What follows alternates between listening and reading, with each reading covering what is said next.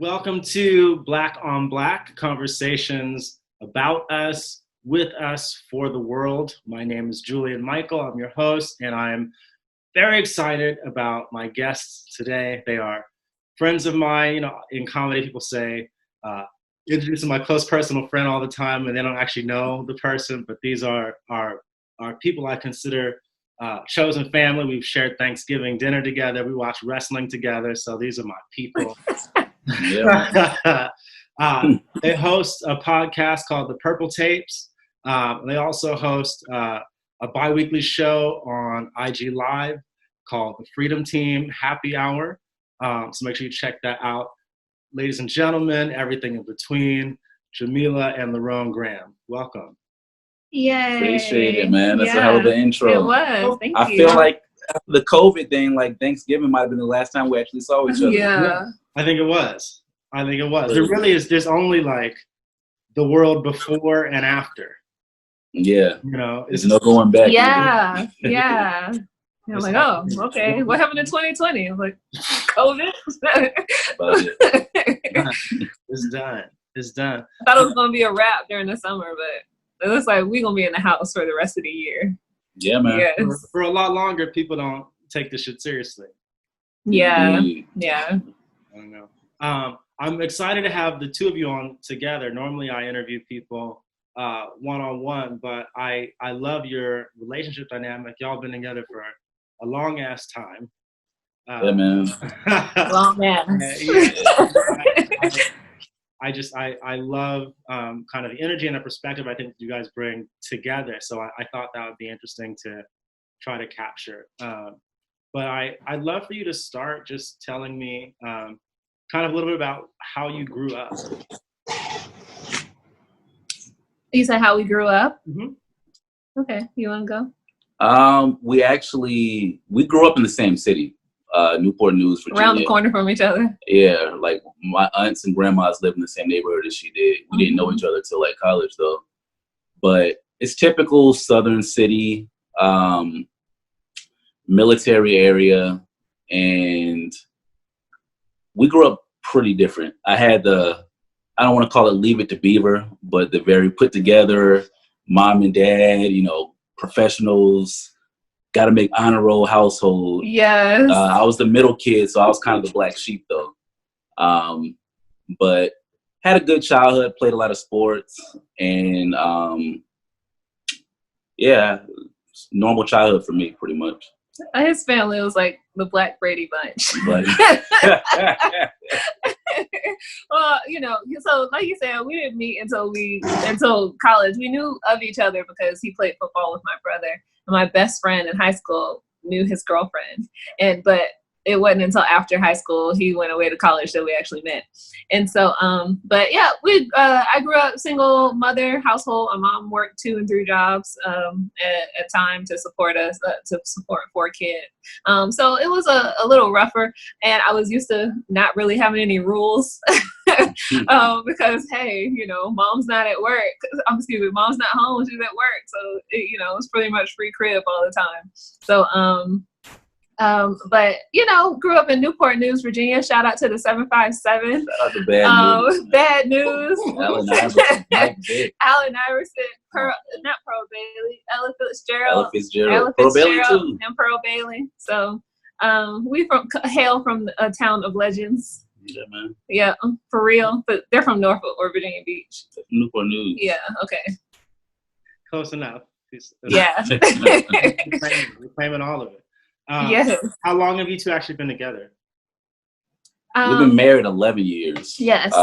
We started dating in 2006 because he don't know. I'm like, don't start lying. Like, hell no. That's been 16 or 15 years. Not 2006. That was 2006. I'm sorry. See, you don't know. I don't know. So yeah, since 06, so 14 years. Probably this month, right? Yeah, we actually had our first date. What's today? Is today the 8th? Mm-hmm. Our first date, anniversary of our first date is tomorrow. Pirates of the Caribbean. Yes. Shout out to, what is it, Johnny Depp? Johnny Depp. Johnny yes. Depp. But we went to go see Pirates of the Caribbean. I think it was like the third one at that point, and he was so bored. Like he was so bored, and we were. I hadn't seen the others, so I was like, all right, it's just pirates and shit. It's cool, but I felt so bad because I was into it, and he's just like, just sitting over there. I don't know what's happening. I love it. I love it. So tell me a little bit about your life now. Oh, go ahead. Totally different, man. Like I said, I call it the black sheep, but it's mainly black sheep because I do things that out of the norm for my family. Like my family was like proud HBCU grads. There was no real pressure to go into any particular field, but I always heard like, got to make some money, got to do this, where's the economy going? It's always stuff that is practical and that has a set path. So I'm a comedian. Probably the most impractical career to have, especially on some 2020 shit. Like you got to do a little bit of everything. So no one's just doing comedy anymore anyway. There's definitely no charted path for it. You kind of got to create your own path. Yeah. And I'm all the way in California. My family's 2,000 plus miles away in Virginia. And it's so different now. But in a way, the blueprint was kind of set because my parents were, my mom's a dentist. My dad, he was a professor for a while, and he's a physician now. But my mom always ran her own business. So it wasn't like, I work in the office of people. I always had it where like, if something happened at school, I knew mom was going to be able to go take off and do whatever because she ran the business. If she said, she doesn't work Wednesdays. She'd say, fuck it, I don't want to work Wednesdays. So she's never worked Wednesdays. It's my schedule. So I kind of always had that in the back of my head that you kind of have to create your own opportunities anyway. So I'm doing it in a way that they never would have foreseen, but some of those staples are still there. It's like me and my mom have a real bond about stuff like that. She's an entrepreneur to her heart. Yeah, she was born and raised entrepreneur. Her daddy was an entrepreneur. Her daddy was a moonshiner. Selling that moonshine. Oh yeah, making 25 cents a day. Yeah. So same, we're out in California pursuing our dream. My mom, I felt like I was always the golden child. No offense to my siblings, but I feel like my mom always made it clear that I was the one that was gonna make it. Like, and so she was always, for instance, for an example, I went to college. I graduated in 2012, and but my siblings, my sister went to school, but I'm the only one with a bachelor's degree, and so I refused to go to college right out of high school. And my mother was so upset that I made this decision. She didn't do this for any of my other siblings. She was so upset with this decision. She went to colleges and started applying for me because I refused to do it. And so, yes, like you are gonna make it. So, so I always had that kind of seed inside myself to like pursue your goals, your dreams, like anything you want, you can be if you'll just do it. And so, so we moved out to California, packed up all our stuff, and with a dollar and a dream, as they say, and literally, almost literally,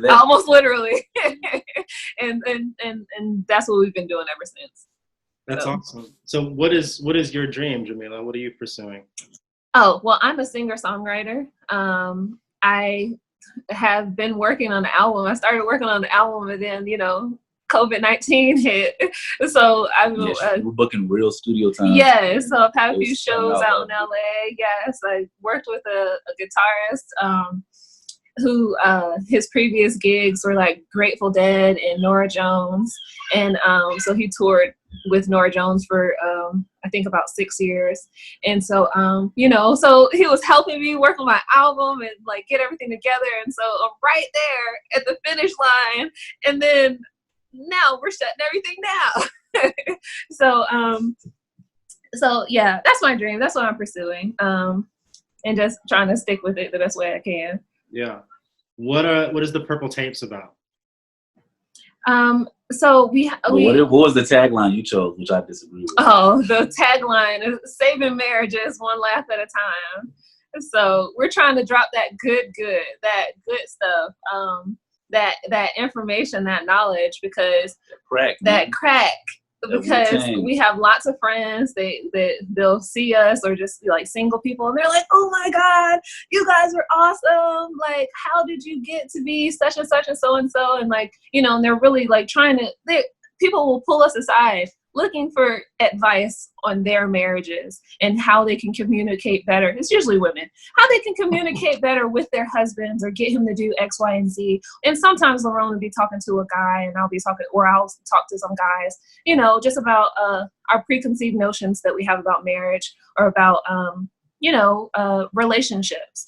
And so the Purple Tapes is just accumulation, just where we sit and we have conversations about the pursuit of happiness and living a better life through having a better partnership. Yeah. Well, and it came about because, like, for as long as we've been together, like, just sitting here like this talking that's about all we do. Yeah. And especially in LA, living in one bedrooms, it's like we just realized, like, yo, yes. Like, we always. My dad, we were watching like a fight one time. Ronda Rousey, when she lost. She got knocked out by the second time. Yeah. Like, it was obvious what happened, but we just kept coming up with new points. Like, yo, and then why didn't you work on her boxing? Yeah. This. My dad was like, yo, man, it's 1 a.m. Like, we saw what happened. Like, yes. Yo, no new conversations being happened. Y'all go to sleep. But it made me realize, like, that's what we are. Like, we get philosophical about even like the tiniest thing, and we don't get tired of talking to each other. No. So that's what I'm not trying to save people's marriages per se. I'm trying to save people's happiness. Yeah. And that, we're doing things that are out of the norm for some people, but it's rooted in we forged this dream on let's chase our dreams and be happy. Yeah. And we don't want to tuck that in the name of a marriage. We'd rather use the marriage as the fuel to be able to check each other. Like, listen, you're not dreaming hard enough no more. What's good? Mm-hmm. So that's why, like, that could lead to you leaving your marriage, which is why I'm not so sold on, I'm not just trying to be like Dr. Phil or something like that and patch it up. I want people to live their truth, and I can only do that by living mine and trying to share with people what worked for me and what worked for us. Yeah. And what is the Freedom Team? Freedom? I don't know if you want to go. Oh, the Freedom Team is basically the rule we live by. The Freedom Team is, so Freedom Team is what we call ourselves. It's an ethos. We call our home the Freedom Team, the free world, the headquarters. We have a poem by, I think it's Frances E.L.W. I'm not sure. I might have messed that up, but she's a abolitionist, and the poem is called "Bury Me in a Free Land," where the people that walk above my graves are not slaves. And so we live by that creed of not being bound to how much we can make, not being bound to what a relationship's supposed to look like, what you're supposed to be as a man or as a woman, or what you're supposed to or what even you're supposed to accomplish in your life. It's about, freedom of thought, free your mind and your ass will follow. It's about being courageously honest about what you want out of life and pursuing it and living that as a creed. Yes, we basically came up with it out here because there was a time I worked for a newspaper. I was a newspaper writer for about 4.5 years. And it was a time where, the economy was crazy. It was like the fallout from 2008 was still in effect. So I was like, I always knew I wanted to, stand-up came later. I knew I wanted to write for TV or do some kind of like entertainment writing. Mm-hmm. And I ended up doing stand-up to support my writing. But whatever it was, I knew I didn't want to be a newspaper reporter. And so I just had an epiphany like, why am I doing this? One, it's not even really stability because I happen to have graduated college in the most unstable time in recent memory. Mm-hmm. And two, even if it was, like, I was the youngest kid at the paper. I'm looking around all the higher ups who maybe making $2 or $3 more per hour than I was making at that point after putting 25 years in. And I realized that, they don't have the answers either, man. This paper's crumbling and nobody has the answer. Yeah. So you got to go find your own answers. Yeah. And so that's when I Warner Brothers and several other networks have writing programs for new writers. They want writers that are diverse, racially, sexuality, whatever it is. And so I was like, I'm gonna apply. And I got to the top 5% finals in it, and also in one that Bill Cosby had at USC. And so I was like, yo, like, even though I didn't get in, like, I gotta go out to Cali and find out what's there for me. That's that extra little bit of push saying that I'm not talking out my ass about this dream I have, but I can actually go get it. And so I told Jamilah, I was like, listen, I think we gotta move to California. And at first, she was just like, yo, I'm not. Like, I was like, I'm not moving to California. I'm not doing it. There's like, no way. It's expensive. The people are crazy. None of our families there. All of the above. What are we going to do? What are we going to, yeah, exactly. Yes. Like.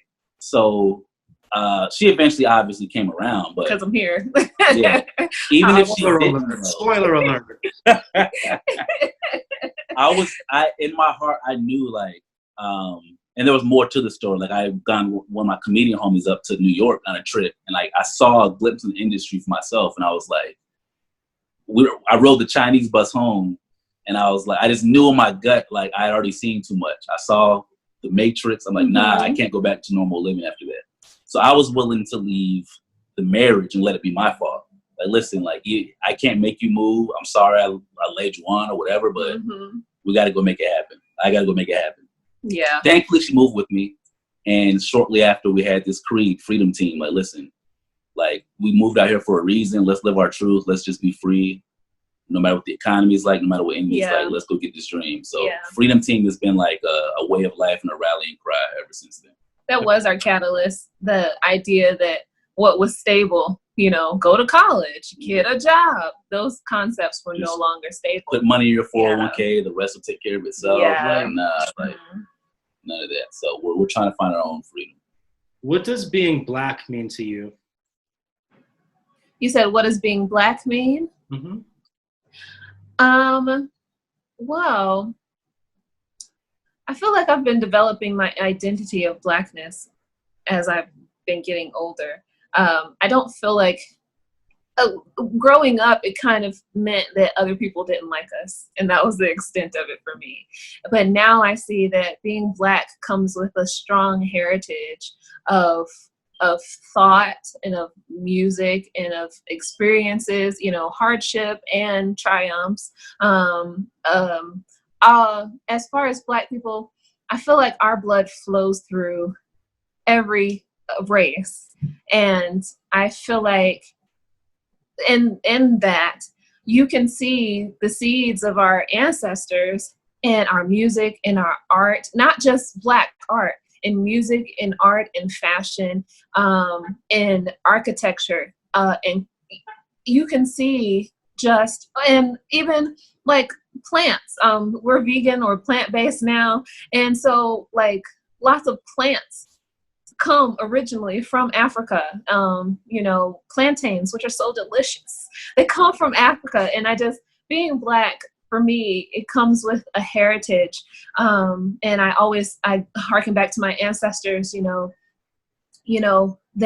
they didn't have the opportunity to ask themselves if they were doing what they wanted with their lives, And so for that reason, I'm like, okay, I can hold my shoulders back just a little bit longer, because my worst problem is not, someone capturing me and forcing me to cut their grass for the next 100 years. Like my worst problem is trying to figure out what I want to do with myself.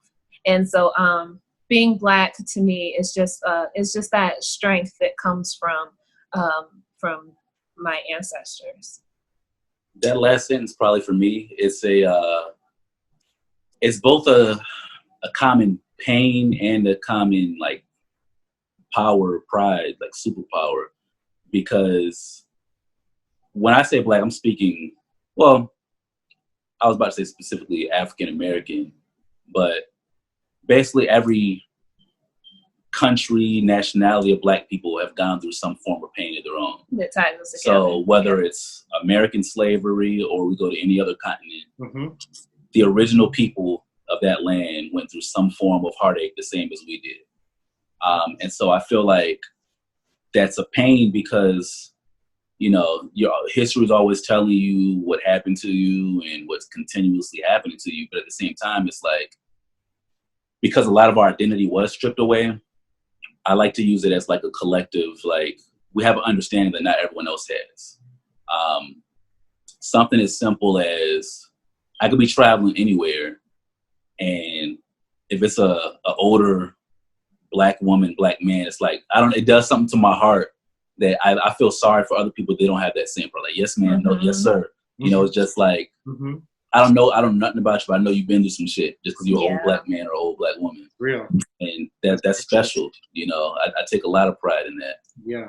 And I feel like we influence the world. So I don't know. In a way, I feel like we're God's chosen, man. Like, honestly. Yeah. Well, that's a great segue. What does God mean to you?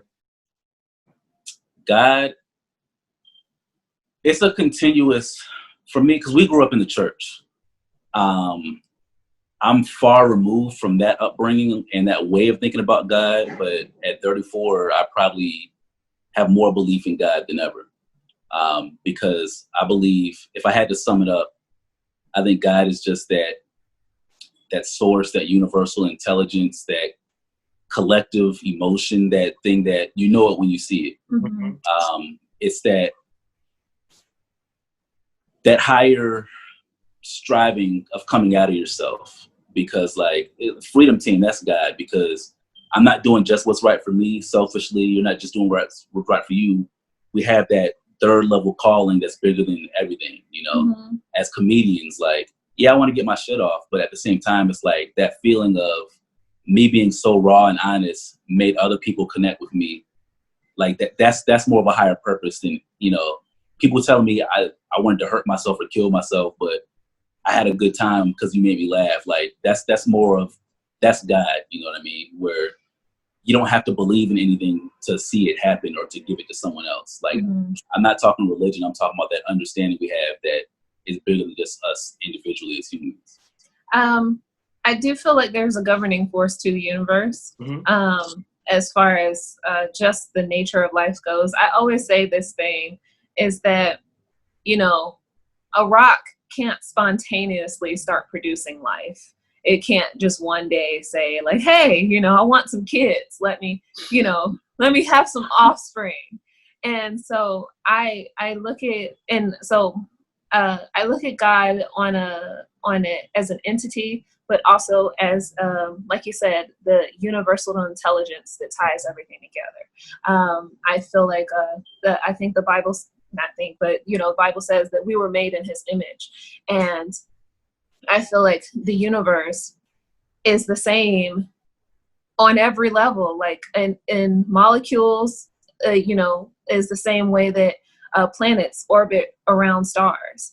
And so I feel like that to me is God, that unifying force in the world, but also that entity, and just that, because I feel like there's a benevolent force that really does want to promote us, that love wants to promote us. And we can see it with our thoughts. The things that we think about more are the things that happen. And I think those things are influenced even more by love, and strong emotion. And I don't know, the fact that there's psychedelic plants.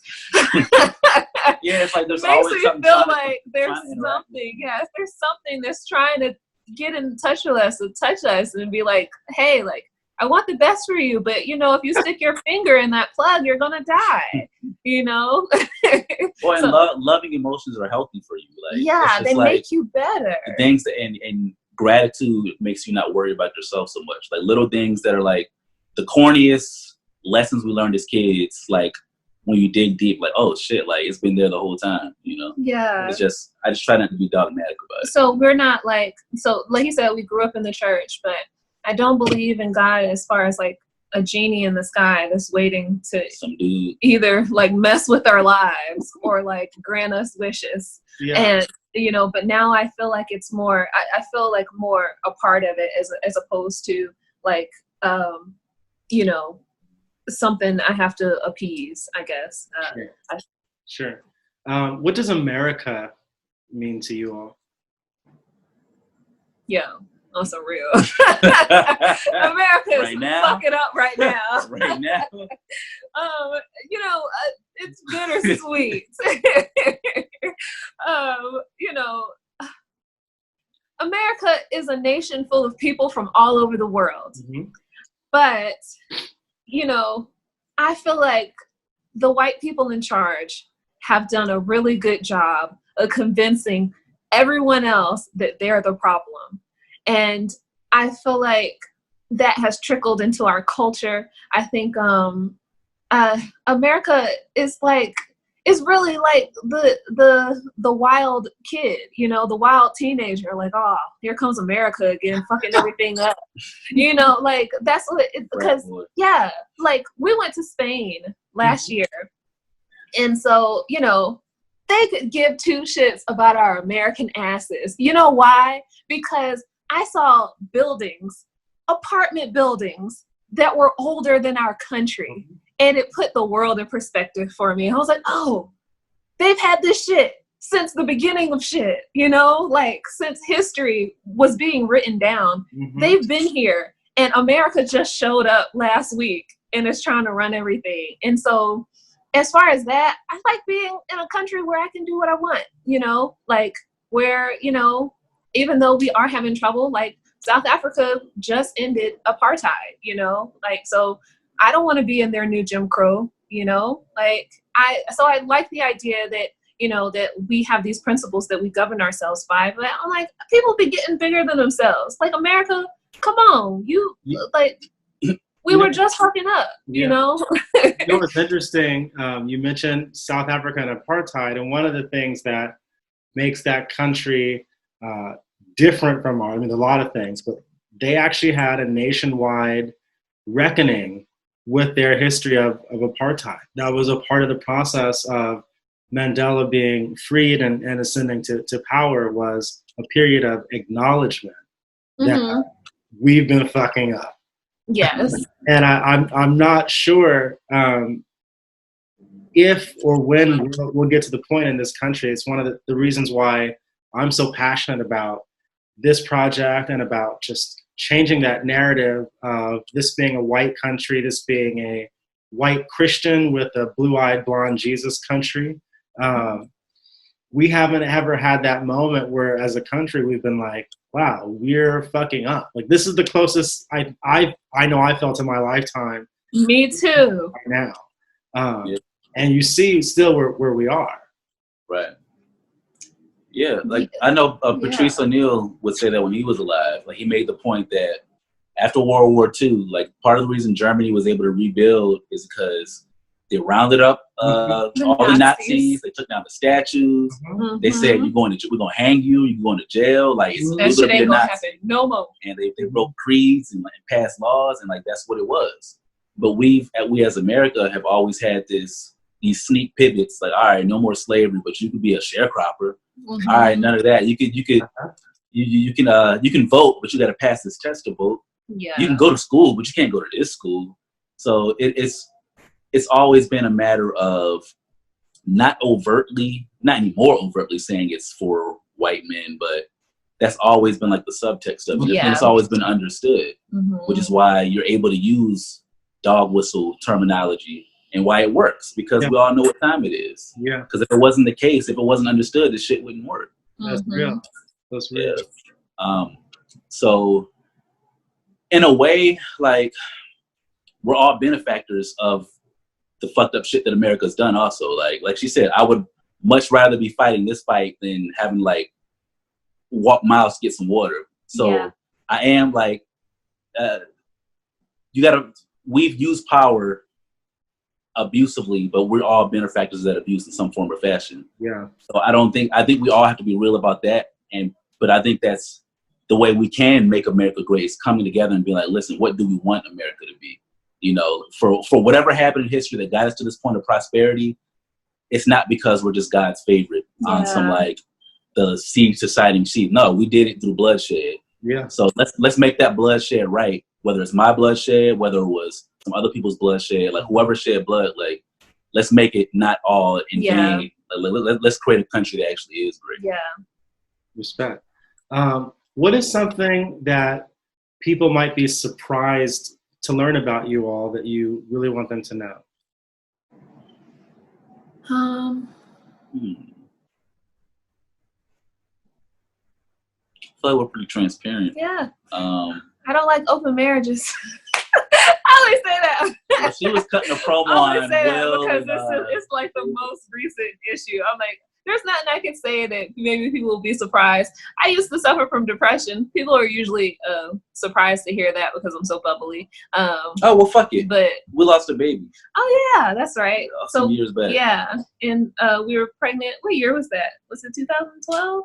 I was in college, so. It was like 2011. So yeah, it was for a couple years into our marriage. Honestly, I forgot about I had a ectopic pregnancy and had to get a surgery to end the pregnancy. Yeah. Because it ended in a life-threatening miscarriage. And so so I guess that's something surprising. That's nothing we don't talk about.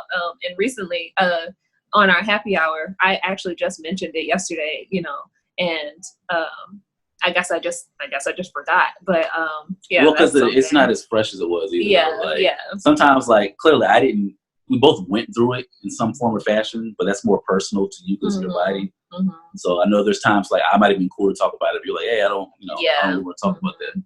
But that actually, it kind of ties into our dreams because, like, we weren't trying to have kids at the time, and we definitely had a mourning process. But part of it was also like, all right, like, what am I going to do with that? Like, now that I don't have to be a dad. Yes. Let me get this good second chance real quick. We got a second chance. Let me make some, we're eventually going to have kids, probably sooner than later. But I feel like we're at a better place now to be able to do that. Yeah. But that's another thing. I don't want that to be in vain. Like, we got to, I hate calling it a second chance, but we got a second chance. Yeah. Of course, not to be insensitive to people who are trying and they've had multiple miscarriages and stuff like that. Like, it was heartbreaking, but, it didn't happen. And so, make that right. Like, make it right. Now that we have more time with just us to build, let's build it the right way. Mm-hmm. Yeah. How can people support you? Give us money. Lots of money. Honestly, you can just follow us at the Only Freedom Team on Instagram, and follow our podcast. It's on YouTube right now, but it's called the Purple Tapes Podcast.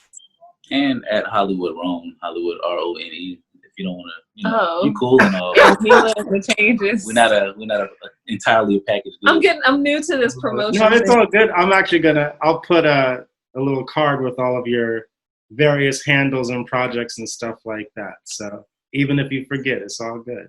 Got it. Okay.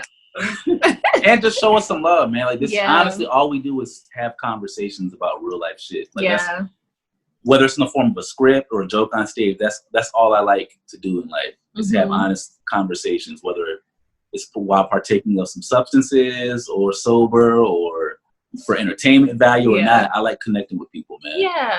And having good conversations and just laughing a lot. Yeah. I love it. Well, I always appreciate having good conversations with you. I hope we can get together soon in person, maybe have some substances, watch some wrestling. I miss it. It's great to talk to you both. I love you. I miss you. And I wish you well. Thank you. All right. Love you, Julian. Take care. Appreciate it.